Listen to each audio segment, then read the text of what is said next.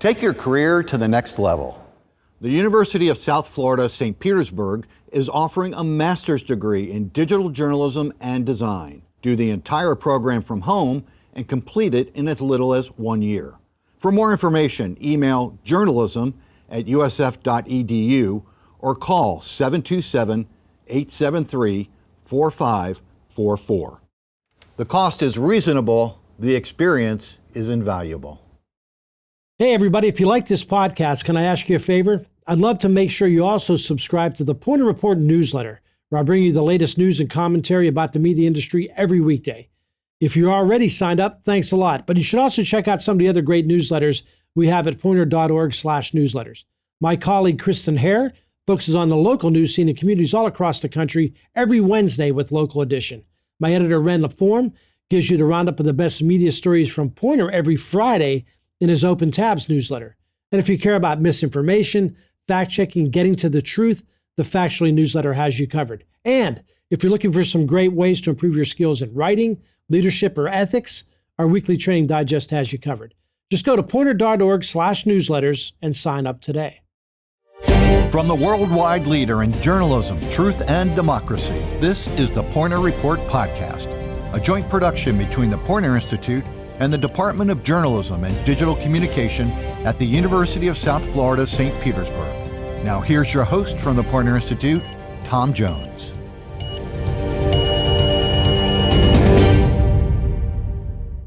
Hey everybody, thanks so much for listening. Thanks so much for watching. I'm so excited to have the guests that we have today. You know, when you think about the Poynter Institute, I was thinking about this the other day. There are a lot of people who come to mind. We have a lot of great people who've worked there over the years, continue to work there. Kelly McBride, for instance.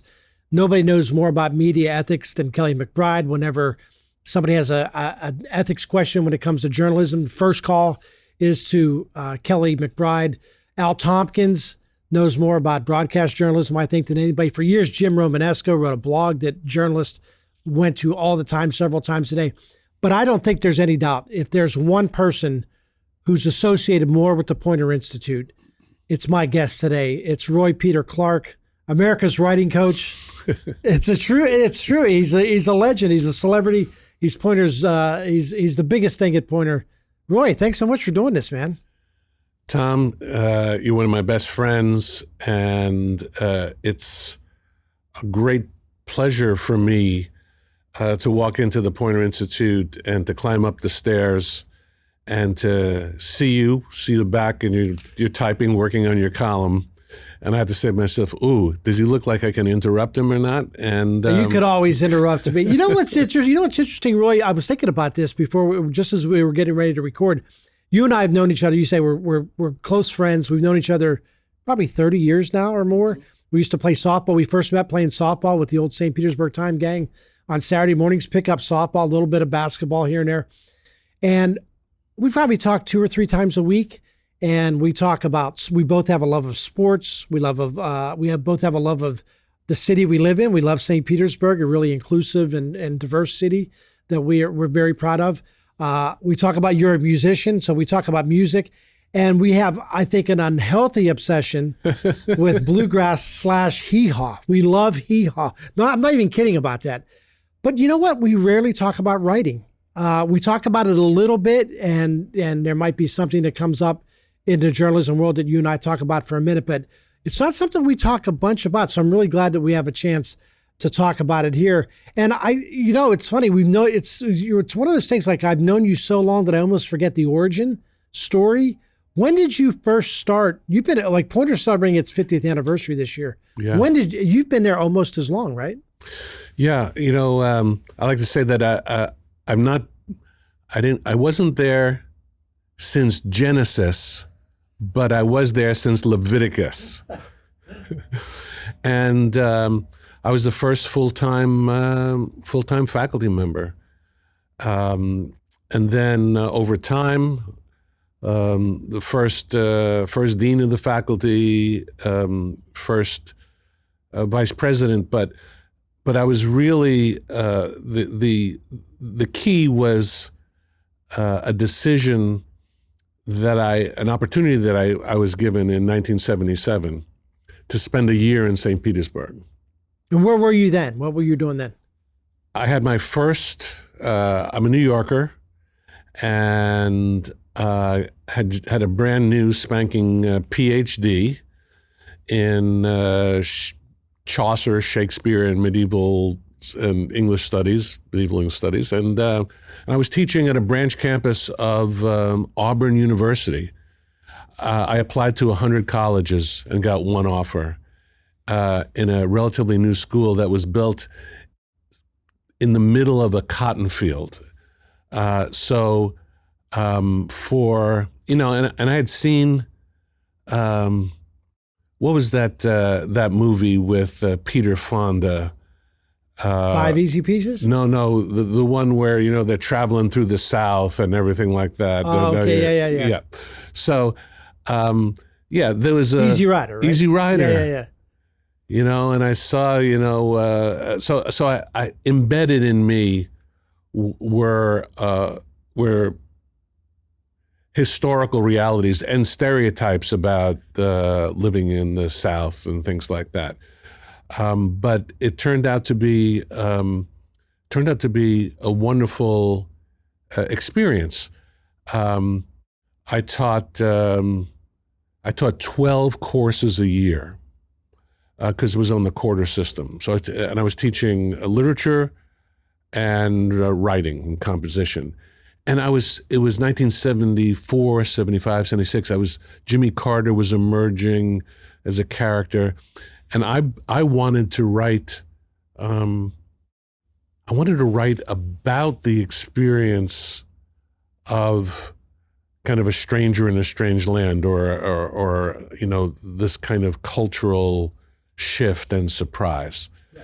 And the outlet for me was not, an academic journal. I was writing about Chaucer and Shakespeare, but it was a newspaper. It was the op-ed page, and I was lucky enough to meet a man who was an editorial writer named Ray Jenkins for the Montgomery Advertiser Journal, who became my friend and started and published a few of my early columns.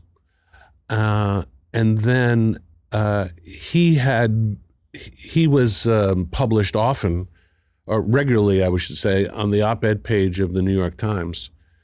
And the thing that surprised me most, you'll connect to this, is that growing up in New York, being a New York Yankee fan, and listening to the radio, who were the broadcasters?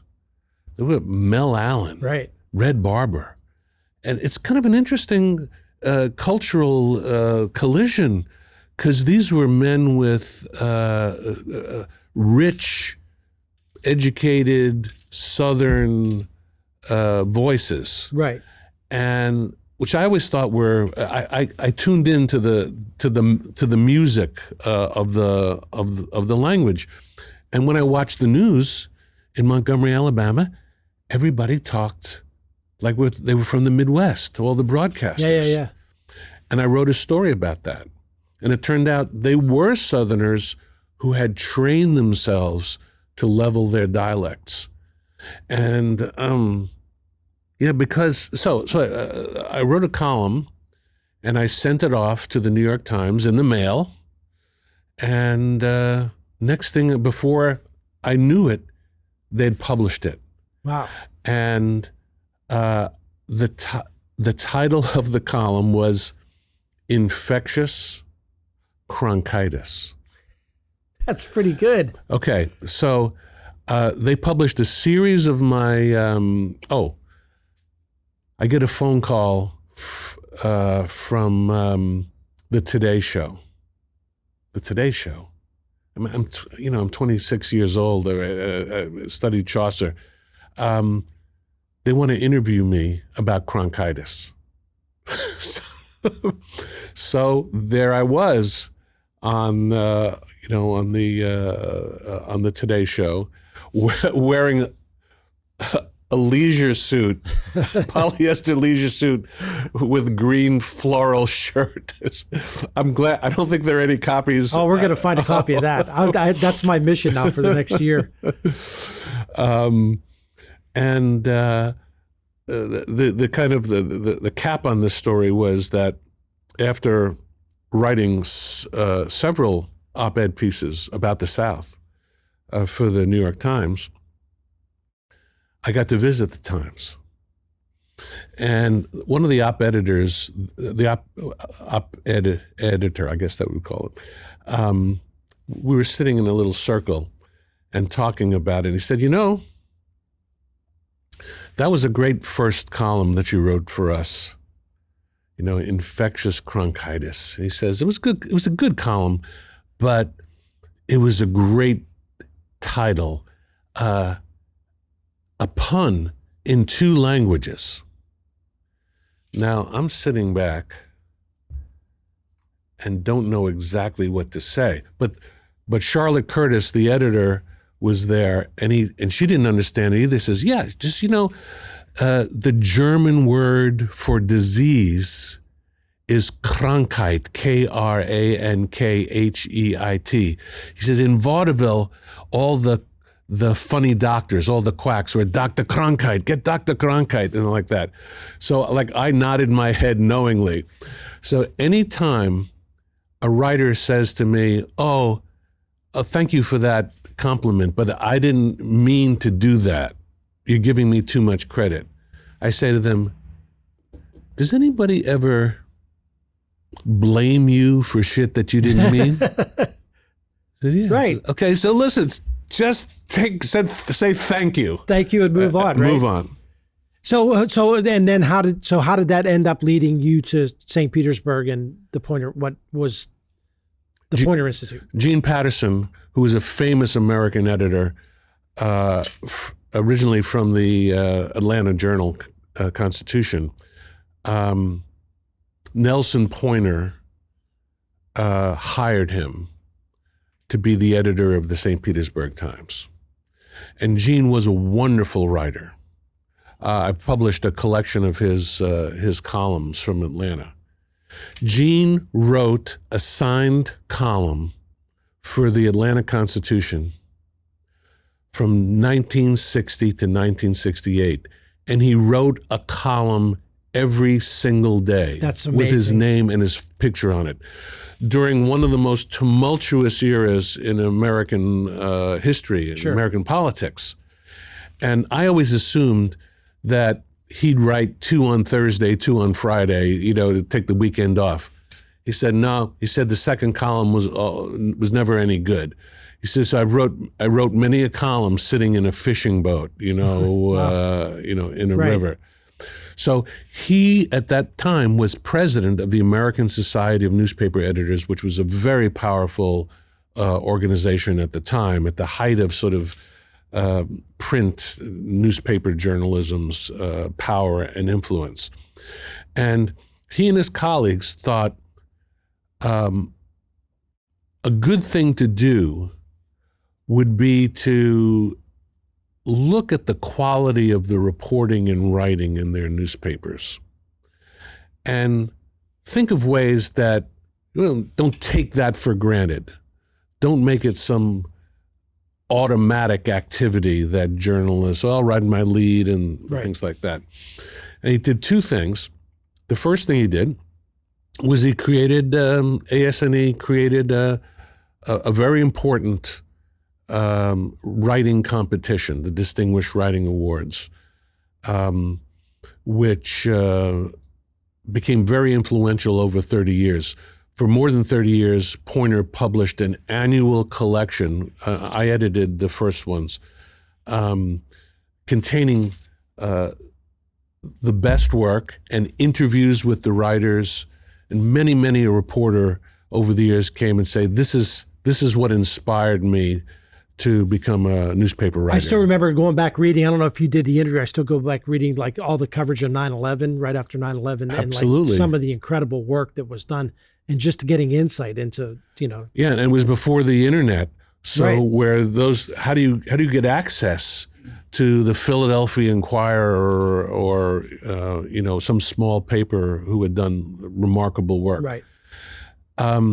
So he needed somebody to work on that contest, but he also he and his colleagues came up with the idea of hiring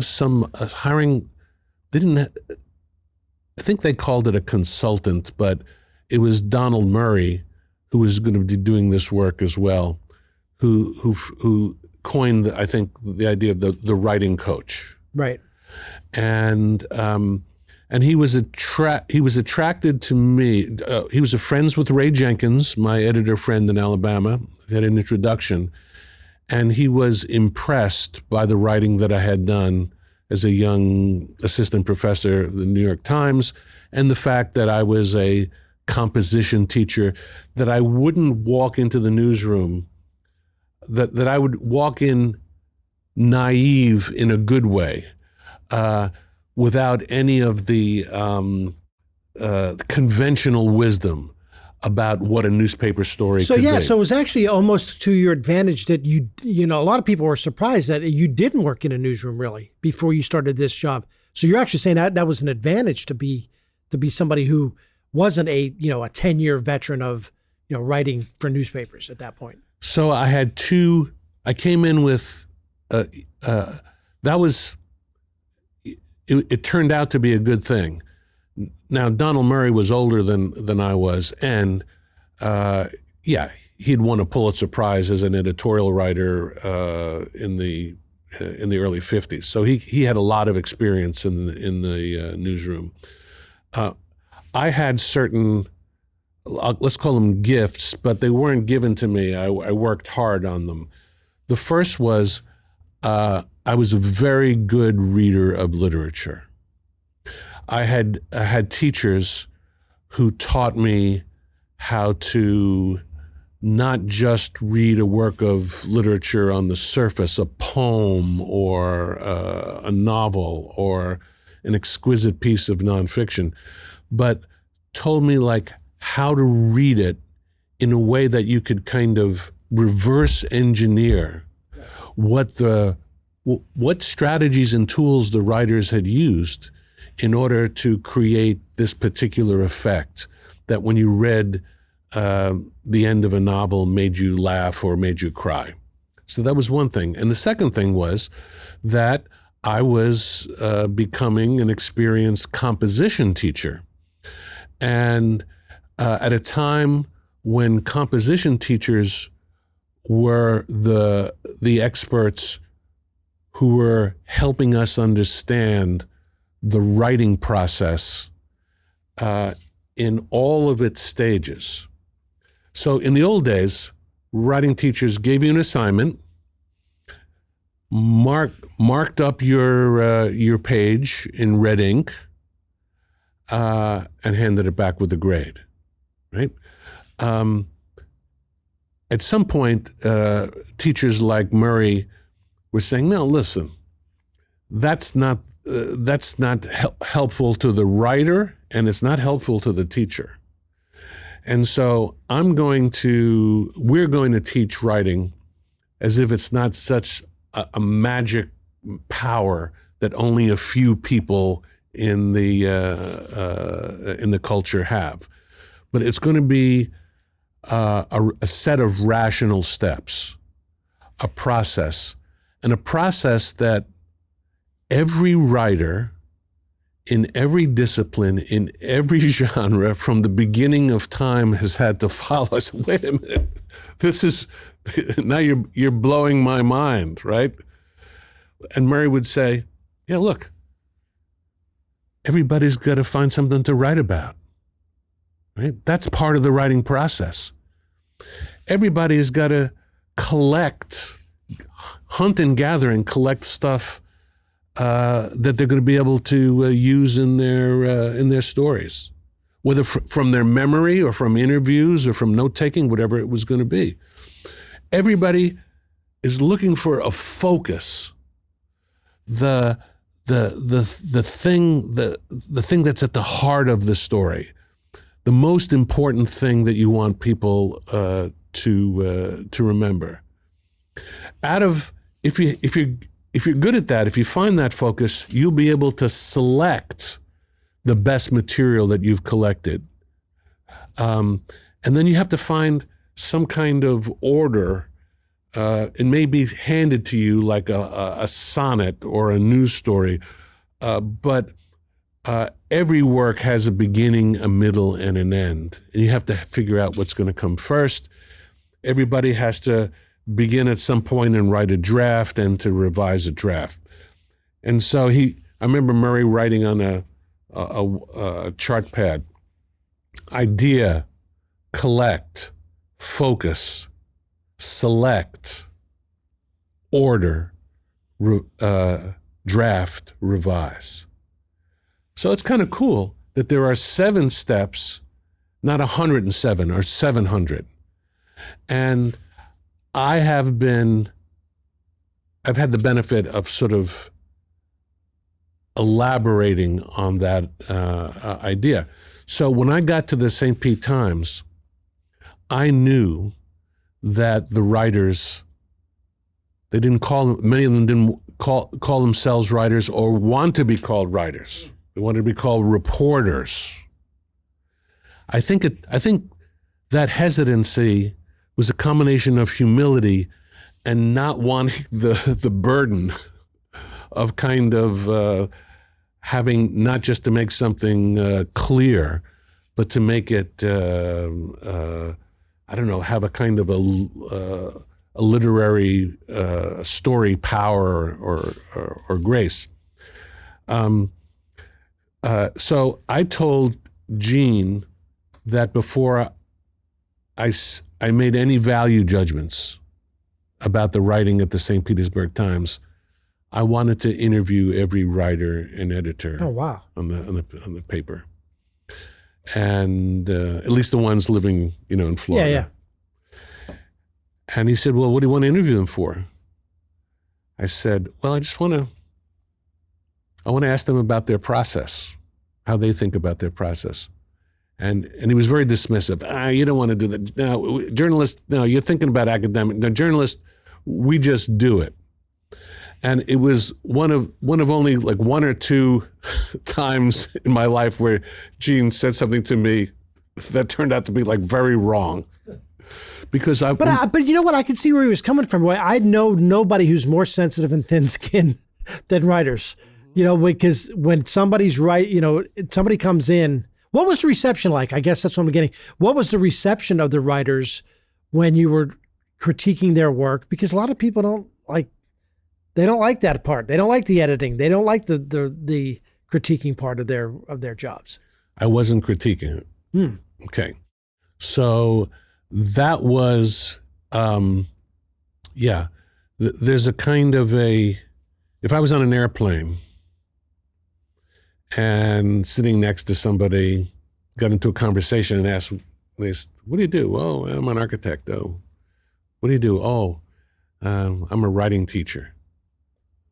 One time a guy went like, That's right. Right, because he wasn't a journalist, but in the old way of learning how to write, it was basically, I think, what we could call aversive conditioning. If you write something as a kid, unless you're lucky, something bad was come from it. You get a bad mark. Even astonishing to me, and I spent about 10 years trying to, one of the reasons I'm America's writing coach is because I devoted myself to the elimination of writing as a form of punishment in schools. No, don't give them writing. Make them do a math problem. What do you mean? No, make them go out on the playground and run laps. No, you're making them associate this great gift of literacy with punishment. It was astonishing when I saw one of the Harry Potter movies, and the evil teacher Dolores Umbridge gave kids an evil pen, a hexed pen, and when they wrote their punishment, "I must not tell a lie," it was carved into their skin, Right. And say, okay, So there's all of that negativity. So when I came in, not wearing a tweed coat, but wearing, I don't know, like maybe a Beatles T-shirt or something like that, and people thought that I was an intern, that turned out to be a benefit. The second thing, when I bought people a cup of coffee so we could talk, about their writing, what I was trying to do is to find things in the writing that I could appreciate, right? And so, Rod Laver, right? We got a big tennis tournament going on now. I remember watching Rod Laver. Is he one of the greatest tennis players? You're the sports columnist, right? Absolutely. Right? Yeah, top 5. All right, left-handed, if I'm okay. And I remember seeing a photograph of him, and it may have been distorted, where his left forearm was like Popeye. Yeah. But his right forearm was like a pencil. Was like me, right? Yeah. So I said that journalists have an overdeveloped negative critical muscle because they have to purge the story of problems, of mistakes and holes in the story. They have to get rid of that on deadline. So they do that all the time, that muscle.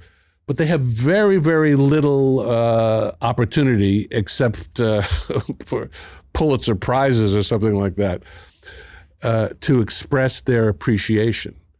So I would look at some stories from a clip file and ask them how they thought of, whether they thought of themselves as I said, on a scale from slow to fast, where would you place yourself as a writer? Tom, I think you're a very fast writer. I try to be, usually. Yeah, and we both know, like, faster, people who, sports writers in particular, that I can think That's of. where it came from, yeah. Yeah, but I think, but there were other people who, would say, well, I'm fast when I can find my lead early, but I'm slow if I'm struggling to find my lead. Right. So if I'm working with that writer, if I'm that writer's editor, I'm going to not just offer like random advice or conversation, but, have small, short conversations. Well, how's it going? Right. How's the lead going? Have you found your lead yet? What are you thinking about doing? Those kinds of things. And by the way, I also came to the understanding that no newspaper would have the writer's coach there forever. So part of my job was to nurture editors in their ability to support and encourage the work of writers. Right. Hold that thought one second, because I want to ask you in just a moment, can you teach somebody to be a great writer? But before that, I wanted to just tell everybody, thanks so much for watching this podcast. Thanks so much for listening.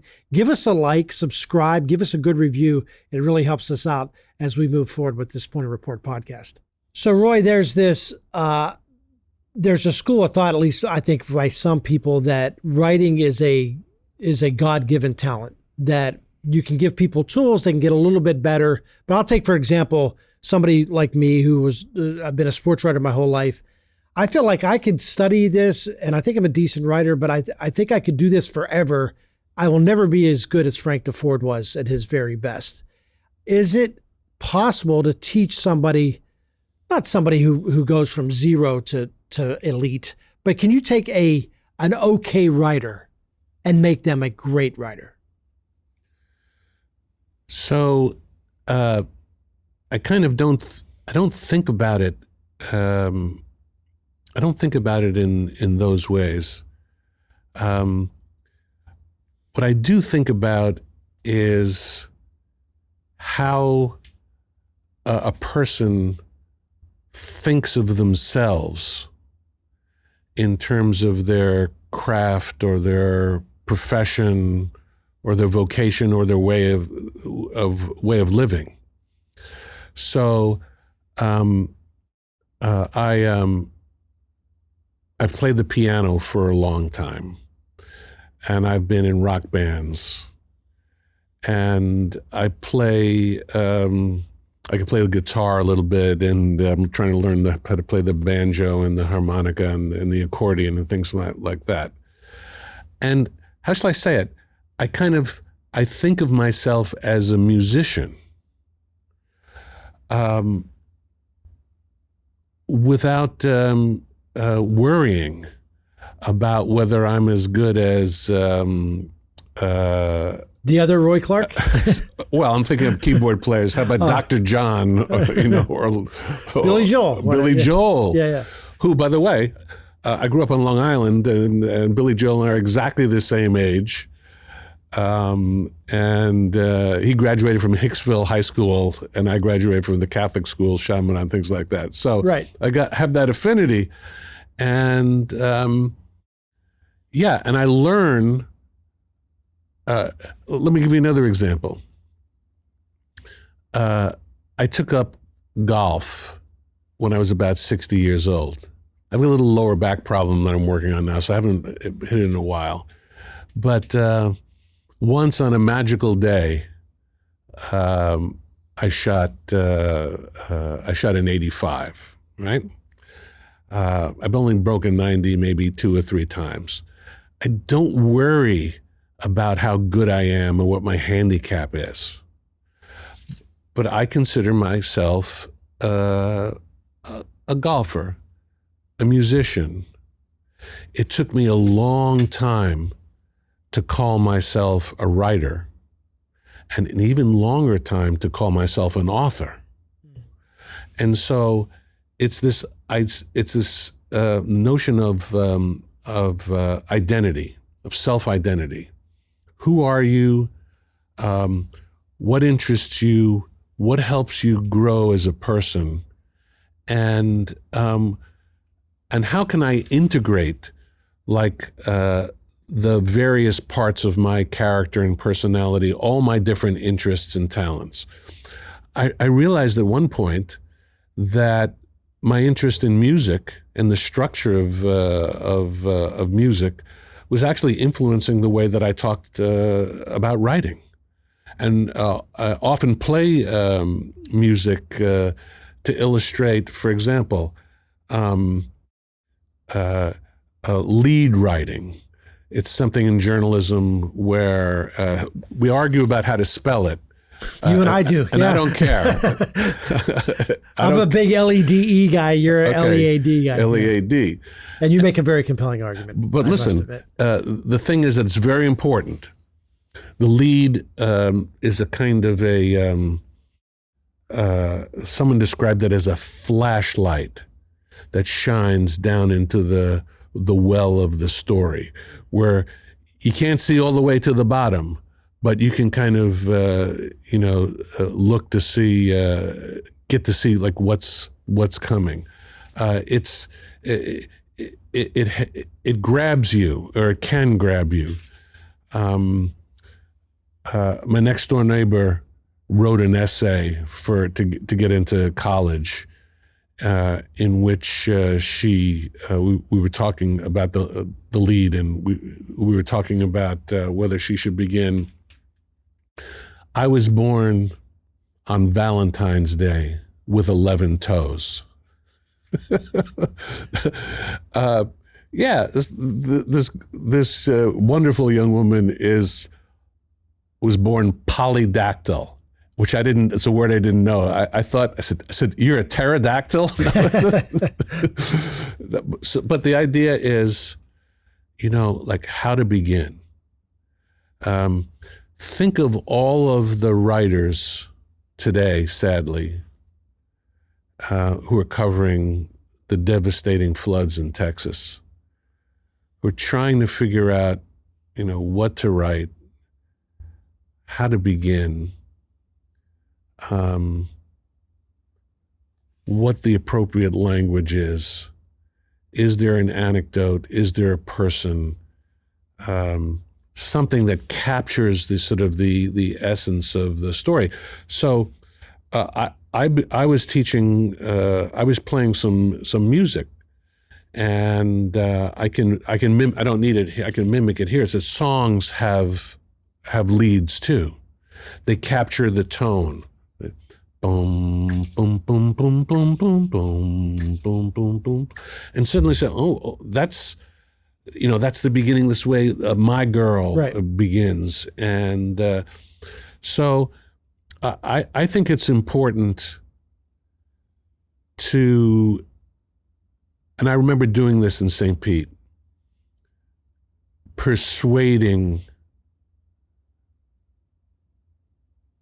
people who would not call themselves writers that they were members of the club, that they had every reason, and they had all the credentials and all the criteria, and I could point to them, I could show them passages in which they're using language in interesting ways, in which they end the story. The jargon in journalism is the kicker. Right. It's the we don't know. By the way, we don't know where that word came from. Although Steve Lovelady, the late great editor from Philadelphia, is convinced that it came from vaudeville or burlesque, where the dancers at the end of the number kicked their way off of stage, and things like that. So I assume that any person I meet or work with, unless there's some physical problem or issue, can be and should be a reader. That reading is a democratic skill, a literacy, right? But I argue that writing should be too. If we believe in the highest values of the culture and the political system, what good is freedom of expression if we lack the means to express ourselves? Now, journalists don't have to worry about that because they've built their careers on using language in the public interest, and to me that's a noble profession, and maybe this expresses a bias,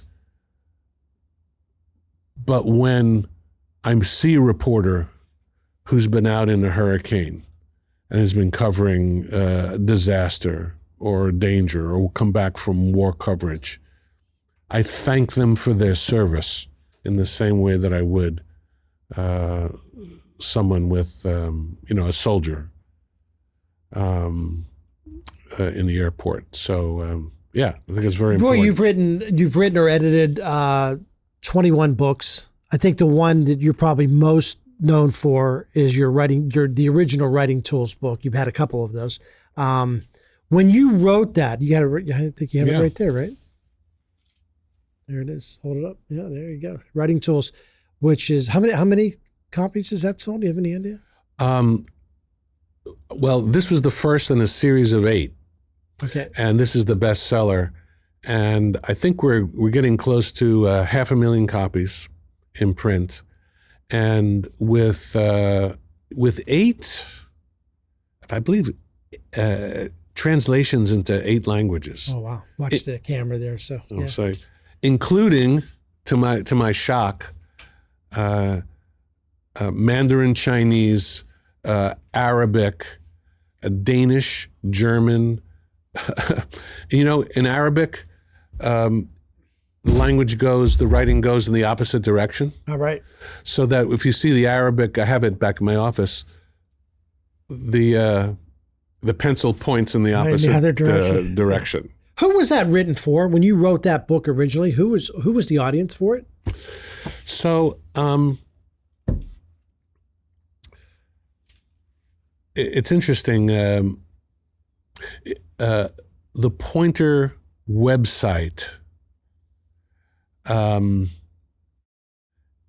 was created by Bill Mitchell was becoming more significant and influential. And I was very eager to provide content for the site. I really, really enjoyed it. It made me feel more on the sort of the journalist side of my character and personality, let's say, than the practical scholar. And I was approaching my 25th anniversary at Poynter. And I went to Bill, and I said, Bill, I got an idea. I said, what do you think if I spent this year writing a series of columns for you on writing strategies? I don't know whether we call them writing tools or not at that particular point. But my favorite writing strategies. And he said, okay, well, how long could you sustain it? I said, well, I'll write them as they come to me. And if I do one every other week, it'll give us 25. It's my 25th anniversary. It's a good number. So I don't remember what the first one was, but I wasn't writing a book. I was writing a series or sequence of columns. And I wrote them, this is a good tip. I tell aspiring book authors, you don't have to write a book from the beginning to the end, like chapter 1, chapter 2, chapter 3. You can write chapter 17 first, and then sort of move it around. I don't think they make movies from the beginning to end. That's right. Right? So I started writing, and after a few of them, getting feedback. From whom? Readers. Journalists or? Journalists for the most part. And then along the way, somebody, I believe it was an Italian website, had already begun translating them into Italian. And I said, whoa, it doesn't make any sense because I'm writing about writing in the English language. So this gets back to Don Murray's theory of sort of like the universality of sort of the parts of the writing process. Yeah, you have to find a focus in Italian or Arabic as well as you do in English. And I was gaining so much energy that and moving so quickly that I was starting to write about once a week. And so when I got close to 25, I said to Bill, I think I got some more juice. I think, and so we carried it out to the rest of the year. I think I took the last 2 weeks off, and I had these 50 strategies. Now, what happened was that I'd been also doing some other kind of writing. In 1996, I wrote I was very interested, became very interested in the serialization of newspaper stories. That's actually an old tradition that goes back to Dickens. But I wrote a story called Three Little Words, a series that appeared in the St. Pete Times, and I think it was the first series ever to appear on their website. Mm-hmm. And they were beginning to apply digital tools to it, and it ran for 29 consecutive days. And I said, "Oh, this is really interesting." It was about a family where the father dies of AIDS, and the family struggling to figure out who their dad was and whether they were vulnerable and those kinds of things. It seems odd to talk about it in that way, since this morning I probably saw like 3 television commercials for AIDS, HIV, with people dancing, and and then I wrote a 10-part series for the Miami Herald called Sadie's Ring, which was kind of a memoir. It was really about. I may try to revive it, because it was about learning about the meaning of anti-Semitism and religious intolerance through the fact that even though I was raised as a good Catholic boy, that my grandmother was Jewish, and that when I got married, she loved jewelry. She had all these extra wedding rings, and so for about 20 years, I was the only man I knew, straight or gay, who wore his grandmother's jewelry, but I wrote about the history of all that. And so I gave these series to a wonderful agent named Jane Distel, who had represented other Times writers. And she's tried to sell them unsuccessfly. And so I said, okay, well, I'm going to just, I'll just not think about like writing a book for a while and see what happens. And she said these wonderful words in this wonderful deep voice that she has. What else you got, kid? So I got these little essays, She says, oh, I've never done a writing book before. Let's show me those essays. And before I knew it, a wonderful publisher, Little Brown, had purchased the rights, and off. And there's now 8 books in this series. The most recent one, brilliant idea, helping kids to write their college admissions essays. So. Yeah, and what's so interesting is that I learned so many new and interesting things about the craft from reading the work of these 20, 25 high school writers. And I felt like it's an honor to publish their work and to. And I just feel like, they know at the age of 16 or 17 that they're members of the club, of the literacy club. And it's going to sustain them through their education, through their employment, into their personal lives in so many different ways. With just a couple minutes left here, Roy, but I wanted to go over something that you're sort of in semi-retirement now, but you're at Poynter all the time. You still teach a great deal. But there's a new faculty position that's coming open at the Poynter Institute called the Roy Peter Clark Chair for Writing and Editing.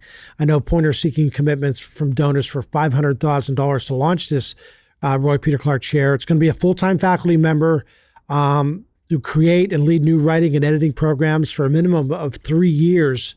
What can you tell me about that? Like, what is Poynter looking for in this, and how proud are you? Like, this is part of your legacy, man. Yes, it's one of the things I always ask writers when they're grouped together at a conference, something like this. Raise your hand. How many of you think that you are praised too often?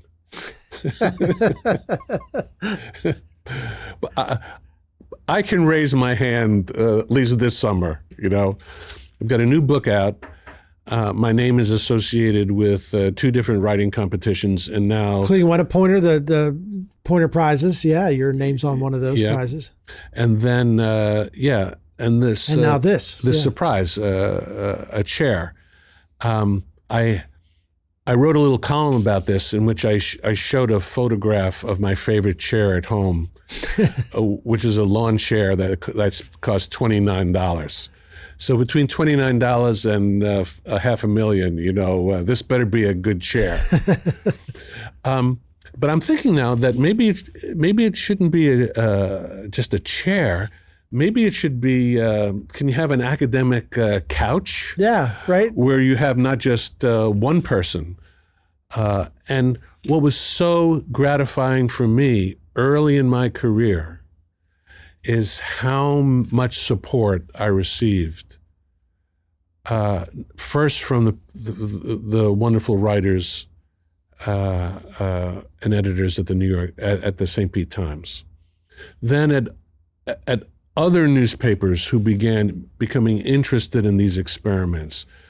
And so in a recent book written by a journalism teacher, a professor,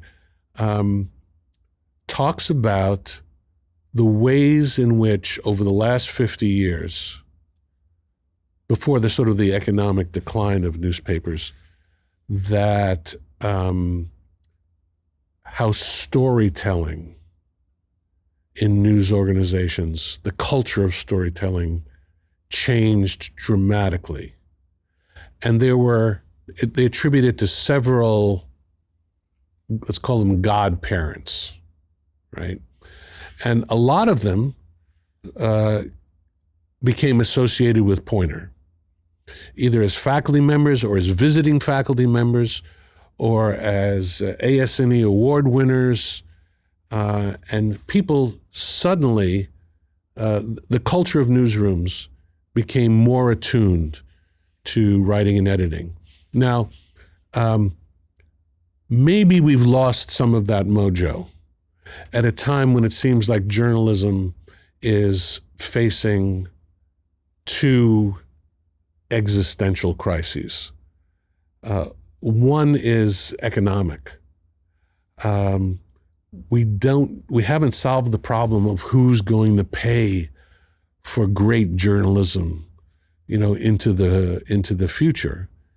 And the second thing are the countless attempts by ideologues to try to decertify the press, to undermine it, to undercut it for their own political or cultural issues.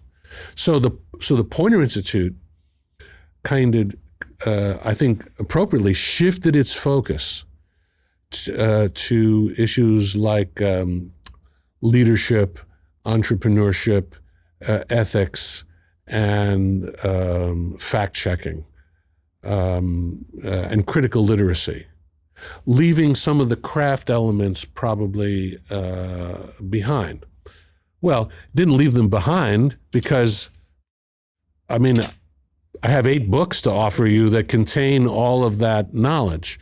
But journalists are the most inspired when they're making things, when they're creating things, when they're building things, when they are offering things to audiences, not just for their personal promotion, but in the public interest, connected to the highest ideals of community and democracy.